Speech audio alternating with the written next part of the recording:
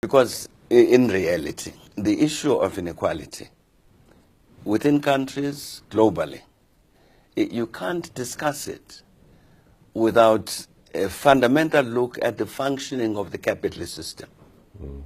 Because in reality, the bulk of the world is capitalist. China, all right, China, which we can discuss in a different sort of way, but the bulk of the country is capitalist. And the capitalist system inherently produces inequality.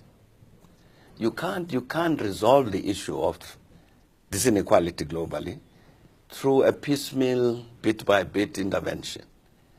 You need a fundamental look at how does this system function and how do we alter it.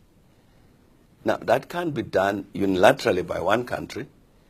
It's got to be done globally in a manner that in a multipolar way.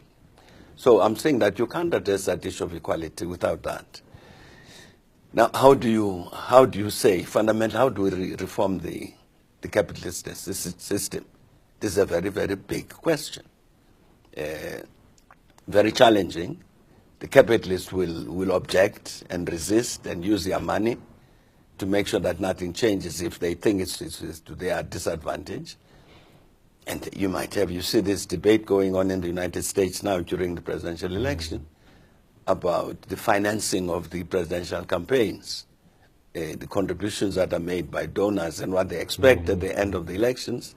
So I'm saying, but this is the challenge that you would have to face as you address this matter. But if you are serious about the matter of addressing inequality, you have to look at that.